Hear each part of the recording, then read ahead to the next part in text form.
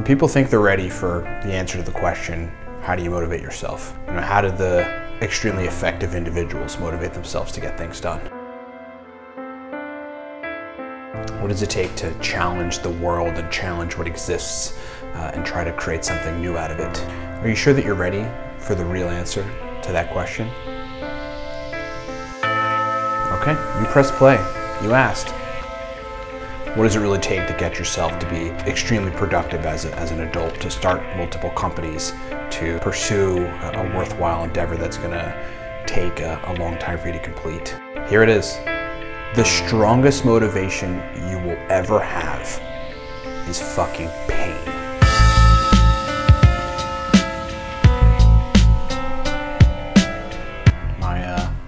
My dad was a real asshole.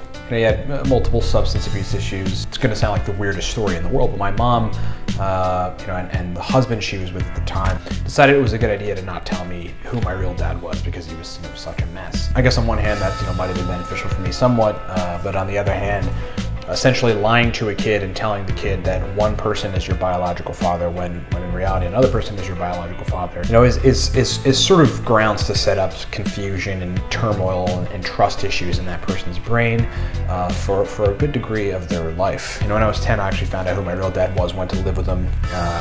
He continued his substance abuse issues and then ended up dying when I was 15. But I mean, even though that was traumatic and strange and the whole thing was weird, a lot of the real issues stemmed from his behavior around me. He was super limiting about everything. He just sort of, a parent's supposed to nurture their kid's psychology for that kid to develop the capacity to be effective in the world and to believe that they can assert themselves in an area that's good enough for them to be effective and productive and a particular occupational endeavor, potentially some altruistic endeavor, some social entrepreneurial endeavor, starting a company, being an entrepreneur, or whatever.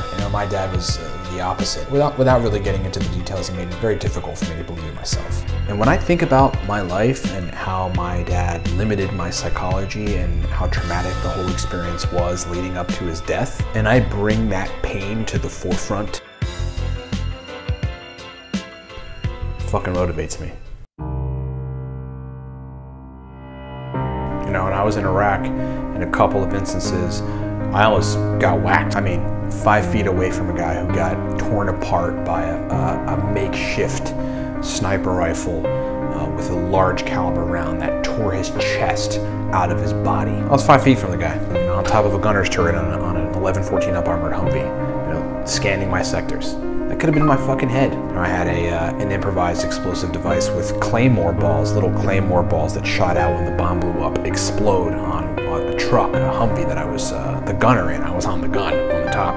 When it blew up, I had just sat down, because on the gun, you stand up most of the time, you're behind a machine gun, you have to be ready in case something happens. We're rolling down the street, just like that. Fucking IED blows up. There were dents on the bulletproof glass around the turret that I was in, which only extends about 2-3 feet. When you're standing up, you're not blocked by that stuff. If any of those would have hit me in the face or the head or the neck or any area which would have caused a catastrophic injury, forget it. I'd have been fucking done. And sometimes I go back to that point in my mind and remember what it felt like, remember what it smelled like, remember how scared I was, and I picture something terrible happening. I picture the slug, because they used to use these things called EFPs, explosively formed penetrators, which shot a molten copper slug through the hardest armor there is, taking my head off or hitting me in the right side. The bomb blew up on the right side, hitting me in the right side of my torso and tearing out my fucking stomach. Shit, I got a second chance, many chances. I got a chance to fucking live, man. I have fucking friends that aren't that lucky, man. They didn't get to come home, or they lost their fucking eye or their leg or their arm. And I walked out of that fucking place, walking around this bitch like everything's all right. That motivates me. I think, along the lines of motivation being something that you have to do and and it not being something that just comes to you. People are dominated by negativity these days, and that's something you have to take control of if you want to change your brain's state to get you to be productive. I don't wake up every day pumped. I wake up cynical and negative and reacting from some stupid shit on social media or a customer email, and it puts me in a bad state just like the rest of everybody. But I make a conscious effort for 10 or 15 minutes to meditate and control my attention and to shut all that shit up so that I can I can be the one in control of my brain, and then I can put into my brain programs that'll motivate me to go do what I want, rather than leave me stagnant because I'm reacting to some negative input from the environment. And then once I actually have a hold of my brain, the most important thing for folks to get out of how to motivate yourself is to pair yourself with a fucking objective. A lot of my peers they have no objectives. They're just meandering around.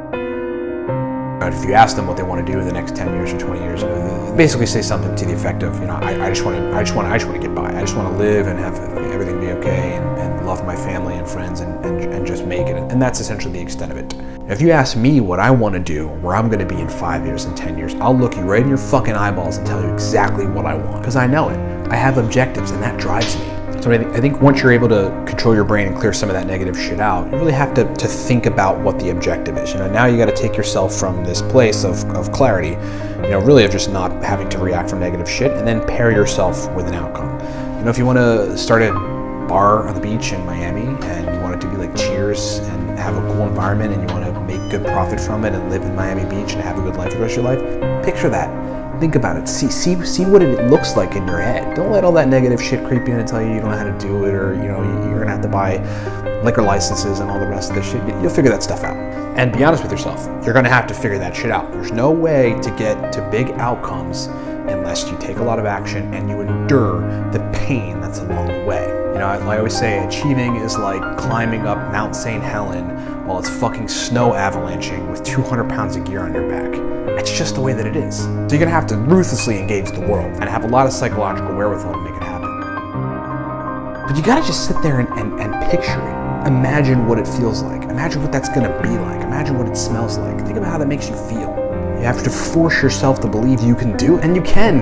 It's not hard. You know what it takes? Staying the fucking course. People give up. That's the fucking problem. People give up. I'm not, any smarter than anybody else. I just acquire a whole lot of fucking skills because I know I have to, because I'm real with myself about how the world works, and I stay the fucking course.